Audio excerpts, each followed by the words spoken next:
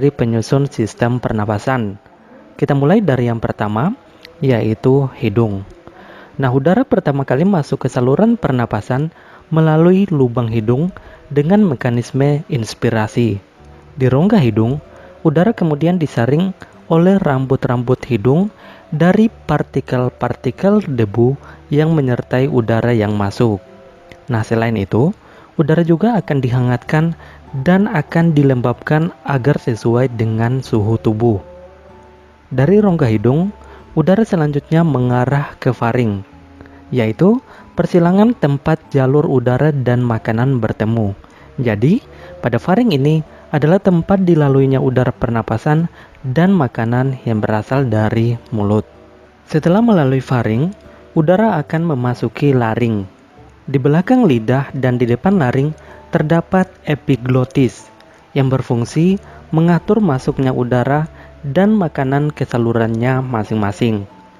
Ketika makanan ditelan, laring bergerak ke atas dan mendorong epiglotis sehingga menutupi glotis. Glotis ini adalah bukaan trakea atau tenggorokan. Hal ini memungkinkan makanan menuruni esofagus menuju ke lambung. Ketika makanan turun menuju lambung, glotis terbuka sehingga memungkinkan udara pernapasan masuk ke laring yang merupakan bagian atas dari saluran pernapasan. Di laring juga terdapat kotak suara. Suara yang dihembuskan dari dalam keluar mengalir cepat melalui pita suara, yaitu sepasang pita otot elastis di dalam laring. Suara dihasilkan ketika otot-otot di dalam kotak suara menegang atau kontraksi, yang kemudian merentangkan pita suara sehingga bervibrasi atau bergetar. Nah, suara tinggi dihasilkan dari pita-pita yang terentang erat dan bervibrasi sangat cepat. Sedangkan suara rendah berasal dari pita suara yang tidak begitu tegang dan bervibrasi secara lambat. Dari laring, udara masuk ke dalam trakea. Di dinding trakea ini terdapat kartilago atau tulang rawan yang memperkokoh trakea sehingga saluran ini akan tetap terbuka. Selain itu, terdapat epitelium yang melapisi trakea hingga bronkus. Epitelium ini ditutupi oleh silia pada permukaannya dan selapis mukus atau cairan lendir yang tipis. Nah, mukus ini berfungsi untuk memerangkap debu, polen, dan kontaminan-kontaminan kecil lain yang lolos dari rongga hidung. Silia ini berdenyut dan bergerak seperti ombak, menggerakkan mukus ke atas menuju faring. Tempat mukus tersebut akan ditelan atau dibuang dengan sengaja keluar melalui mulut. Proses ini dinamakan eskalator mukus, yaitu proses yang memainkan peran penting dalam membersihkan sistem pernapasan. Dari trakea, selanjutnya terdapat dua cabang yang disebut bronkus. Bronkus ini masing-masing mengarah ke salah satu dari paru-paru.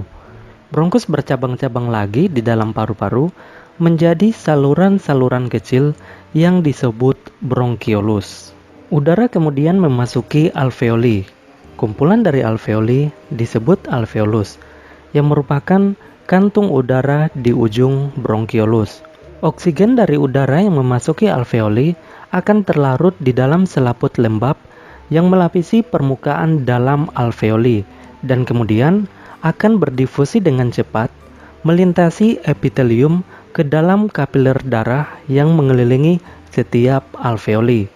Sedangkan dalam arah yang berlawanan, karbon dioksida berdifusi dari kapiler darah melintasi epitelium alveoli. Proses bernafas memerlukan otot yang mengubah volume dari rongga dada. Otot-otot pernafasan terdiri dari otot inspirasi yang terdiri dari otot diafragma dan otot interkostalis eksterna.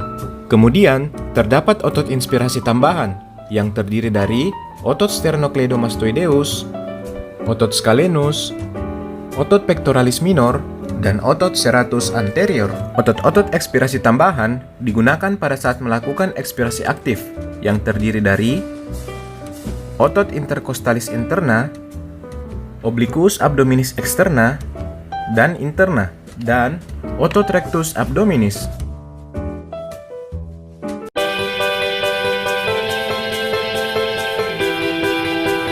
Secara definisi, respirasi adalah proses pertukaran oksigen dan karbon dioksida antara udara dan sel-sel tubuh.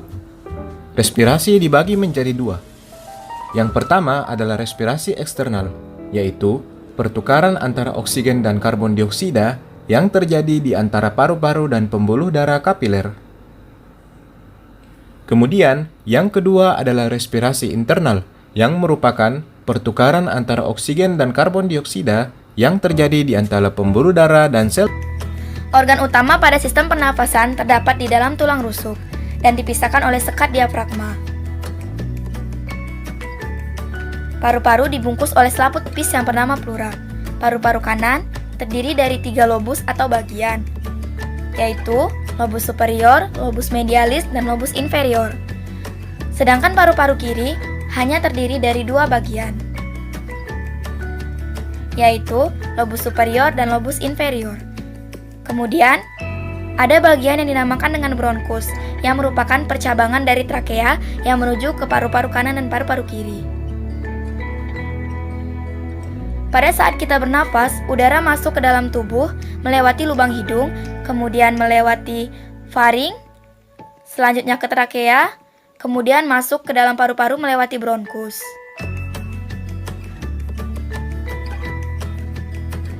Selanjutnya, udara akan diteruskan ke dalam alveolus, melewati bronkiolus, kemudian masuk ke dalam alveolus, yang dikelilingi oleh pembuluh kapiler. Sel darah merah di pembuluh kapiler akan menyerap oksigen dari alveolus yang berdifusi keluar, sehingga sel darah merah yang tadinya berwarna keunguan akan menjadi sedikit lebih merah karena adanya oksigen. Kemudian oksigen akan diedarkan ke seluruh tubuh oleh sel darah merah melewati pembuluh-pembuluh darah. Karbon dioksida akan berdifusi masuk ke dalam alveolus, kemudian dikumpulkan di dalam ruangan alveolus, dan akan dikeluarkan keluar tubuh.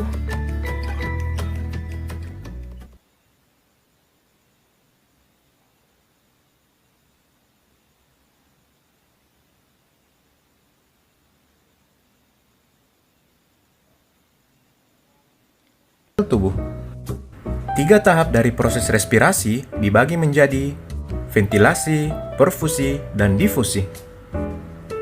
Ventilasi adalah peristiwa masuk dan keluarnya udara ke dalam paru-paru, sedangkan perfusi adalah proses distribusi darah menuju ke kapiler paru. Difusi adalah perpindahan oksigen dari alveolus ke pembuluh darah dan perpindahan karbon dioksida dari pembuluh darah ke dalam alveoli.